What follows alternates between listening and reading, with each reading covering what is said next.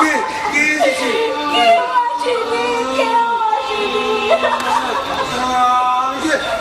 আমি যে শব্দ শুনলাম, বল না কে এসেছিল, বল না কে এসেছিল?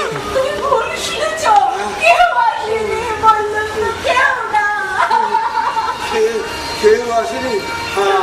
আমাকে মিছে কথা বলিসনি সবেলা, আমাকে মিছে কথা বলিসনি।